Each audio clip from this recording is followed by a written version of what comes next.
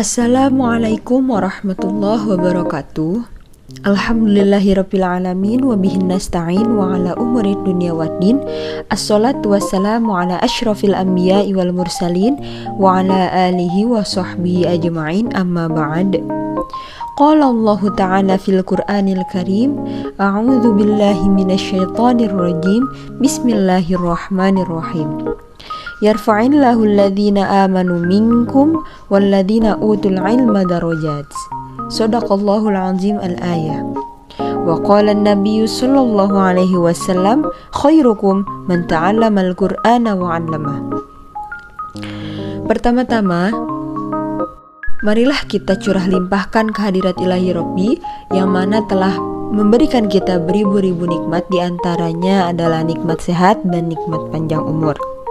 Lalu tak lupa pula sholawat bertangkaikan salam semoga tercurah limpahkan kepada Nabi kita, Nabi Muhammad Sallallahu Alaihi Wasallam.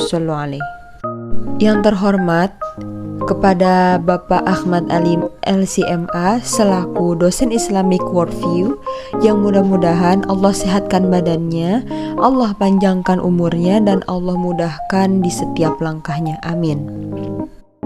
Dan untuk para pendengar konten ini, semoga video ini bermanfaat dan dapat diaplikasikan dalam kehidupan sehari-hari. Amin.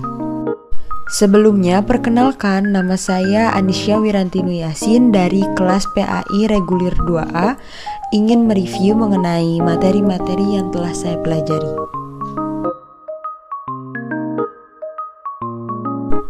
Pertama-tama, apa aja yang akan kita bahas?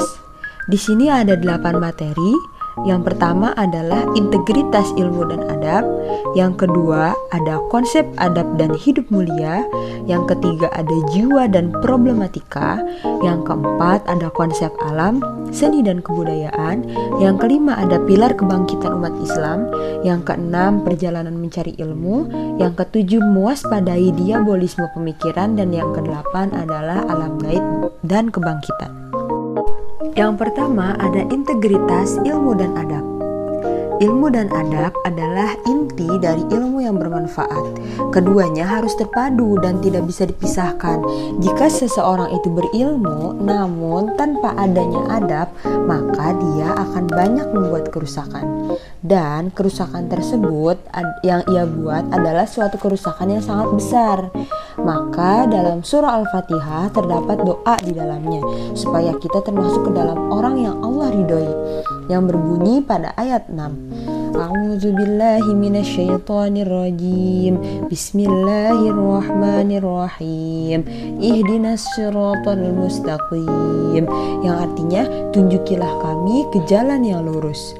Lalu pada ayat yang selanjutnya di surah Al-Fatihah, kita juga berdoa kepada Allah agar dijauhkan dari jalan orang-orang yang Allah benci. Dalilnya adalah Bismillahirrahmanirrahim. Shiratal ladzina an'amta 'alaihim ghairil maghdubi 'alaihim waladdallin. Yang artinya yaitu jalan orang-orang yang telah engkau beri nikmat kepadanya, bukan jalan mereka yang dimurkai dan bukan pula jalan mereka yang sesat.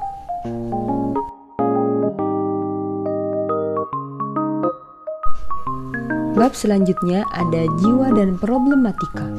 Rasulullah Shallallahu Alaihi Wasallam telah bersabda, al-ismu ma haka fi nafsika, yang artinya dosa adalah sesuatu yang membuat gelisah di dalam dirimu. Dosa sangat berkaitan dengan jiwa. Jadi apabila seseorang telah melakukan perbuatan dosa, itu berarti ia sedang merusak jiwanya dan ia sedang terkena penyakit gelisah. Kemudian ketika seseorang telah melakukan dosa dan tidak segera bertaubat, maka di dalam hatinya akan menjadi semacam problem. Karena telah melakukan dosa tersebut, maka ia akan terjangkit berbagai penyakit nantinya, sehingga hatinya akan rusak dan menjadi berkarat, serta tertutup juga mengeras. Lalu pada bab selanjutnya ada konsep alam, seni, dan kebudayaan. Allah menciptakan alam dan jagat raya ini untuk kemaslahatan manusia. Allah juga menciptakan alam semesta ini tidak dengan cuma-cuma. Ada maksud dan tujuannya supaya manusia dapat mengenal Tuhannya. Sesuai dengan firman Allah Subhanahu wa taala yang terdapat di dalam surah Ali Imran ayat 191 yang berbunyi, A'udzu billahi minasyaitonir rajim. Bismillahirrahmanirrahim. Alladzina yadhkurunallaha qiyaman wa qu'udan wa 'ala junubihim wa yatafakkaruna fi khalqis samawati wal ardh. Rabbana ma khalaqta hadza batila subhanaka faqina adzabannar. Yang artinya yaitu orang-orang yang mengingat Allah sambil berdiri, duduk, atau dalam keadaan berbaring, dan mereka memikirkan tentang penciptaan langit dan bumi seraya berkata, Ya Tuhan kami, tidakkah Engkau menciptakan semua ini sia-sia? Maha suci Engkau, lindungilah kami dari azab neraka. Jadi salah satu ciri khas bagi seorang yang berakal yang mempunyai sifat khusus manusia dan kelengkapan ini dinilai sebagai makhluk yang memiliki keunggulan dibanding dengan makhluk lain, yaitu apabila ia memperhatikan sesuatu selalu memperoleh manfaat dan faidah. Ia selalu menggambarkan kebesaran Allah, mengingat dan mengenang kebijaksanaan, keutamaan, dan banyaknya nikmat Allah kepadanya. Ia selalu mengingat Allah di setiap waktu dan keadaan, baik pada waktu ia berdiri, duduk, atau berbaring. Tidak ada satu waktu dan keadaan dibiarkan begitu saja, kecuali diisi dengan dan digunakannya untuk memikirkan tentang penciptaan langit dan bumi, memikirkan keajaiban-keajaiban yang terdapat di dalamnya yang menggambarkan kesempurnaan alam dan kuasa Allah. Di dunia ini alam terbagi menjadi 3 jenis. Yang pertama ada alam kosmologi, yaitu tingkatan untuk benda mati. Yang kedua ada alam biologi, yaitu tingkatan untuk benda hidup atau hayati. Yang ketiga ada alam rohania atau tingkatan pada benda-benda yang goib. Pada bab selanjutnya ada pilar kebangkitan umat Islam. Umat Islam saat ini telah rusak karena sifat cinta dunia yang menyebabkan dia bakhil dan panjang angan-angannya, sehingga dia lalai dari kehidupan akhirat. Demikian juga umat Islam dijaga dan ditolong oleh Allah Subhanahu wa taala disebabkan karena 2 perkara, yaitu yakin dan zuhud. Sebenarnya dengan berbekal yakin dan zuhud saja sudah lebih dari cukup. Yakin adalah percaya atau sungguh-sungguh, sedangkan zuhud adalah mengalihkan kesenangan dari sesuatu kepada sesuatu yang lebih baik.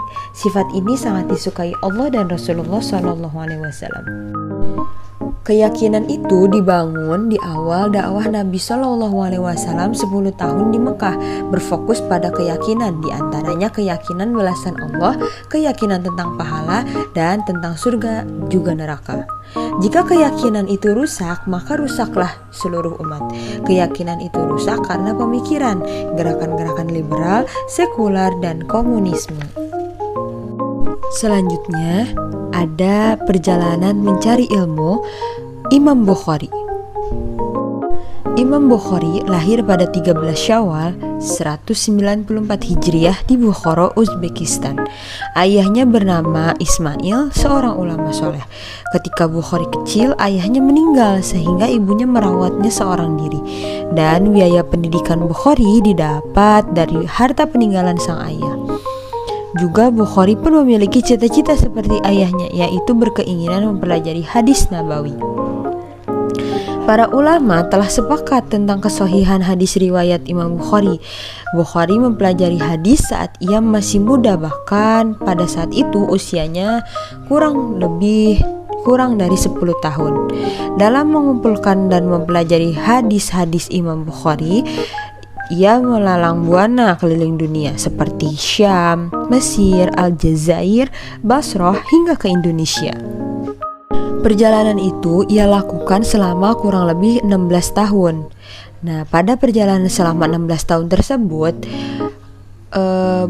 Imam Bukhari menuntut ilmu bukanlah perjalanan yang mudah. Begitu banyak ujian dan cobaan yang ia lalui mesti dihadapi oleh Imam Bukhari. Di dalam menuntut ilmu tersebut, ia tetap menganggap di mana tantangannya adalah semangat motivasi yang Allah berikan kepadanya karena niat tulus yang ia cari untuk mencari ridho Allah Subhanahu wa ta'ala. Lalu beralih ke bab berikutnya, yaitu mewaspadai diabolisme pemikiran. Istilah diabolisme pemikiran berkaitan dengan pemikiran perilaku, gaya, dan watak yang menyerupai iblis, yaitu dengan perasaan was-was dan pengaruh dari iblis terhadap pemikiran manusia sehingga lupa akan akhirat. Diabolisme pemikiran ini adalah perilaku menyimpang yang menyebabkan manusia membangkang kepada Allah. Jadi orang-orang tersesat disebabkan oleh 3 faktor. Yang pertama ada syubhat. Syubhat yaitu apabila seseorang yang berada dalam keraguan-raguan dalam pemikirannya. Yang kedua ada syahwat. Syahwat adalah segala hal kesenangan yang diinginkan oleh manusia yang harus dikendalikan agar tidak jatuh dalam kesesatan. Dan yang terakhir ada seseorang yang selalu mengikuti langkah-langkah setan. Bab selanjutnya ada alam gaib dan kebangkitan. Kita diperintahkan untuk memakmurkan alam jagat raya ini dengan menjalankan perintah Allah, sehingga dengan perintah Allah alam menjadi makmur dan sentosa. Dan kita juga harus senantiasa menjauhkan larangan Allah supaya muka bumi ini dijauhkan oleh azab dan siksa dari Allah. Supaya tidak keliru memahami alam gaib ini, maka kita wajib mengimani dengan ada di jalan yang benar, dengan tuntutan yang benar, dan tidak sekedar asal percaya. Alam gaib adalah alam yang tidak bisa kita lihat tapi harus kita percayai keadaannya. Sementara alam yang bisa kita lihat disebut alam syahadah. Kebangkitan adalah sebuah konsep tentang kehidupan kedua dari seluruh makhluk. Jika seseorang yang tidak beriman, maka ia akan dibangkitkan dalam keadaan buta, karena selama di dunia ia buta akan ayat-ayat Allah, ingkar kepada Allah, ingkar kepada Rasul, dan ingkar kepada hari kebangkitan. Sehingga orang yang beriman akan dibangkitkan dalam keadaan bercahaya wajahnya, karena di dunia ia beriman dan melakukan segala sesuatu sesuai dengan tuntutan dari Al-Quran dan hadis.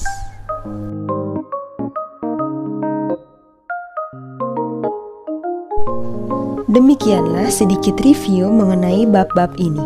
Terima kasih kepada para pendengar yang telah berkenan mendengarkan review Islamic Worldview. Harapan saya semoga apa yang telah saya sampaikan dapat bermanfaat dan bisa diaplikasikan dalam kehidupan sehari-hari. Amin. Mohon maaf apabila ada kesalahan kata-kata. Terima kasih. Wabillahi taufiq wal hidayah. Wassalamualaikum warahmatullahi wabarakatuh.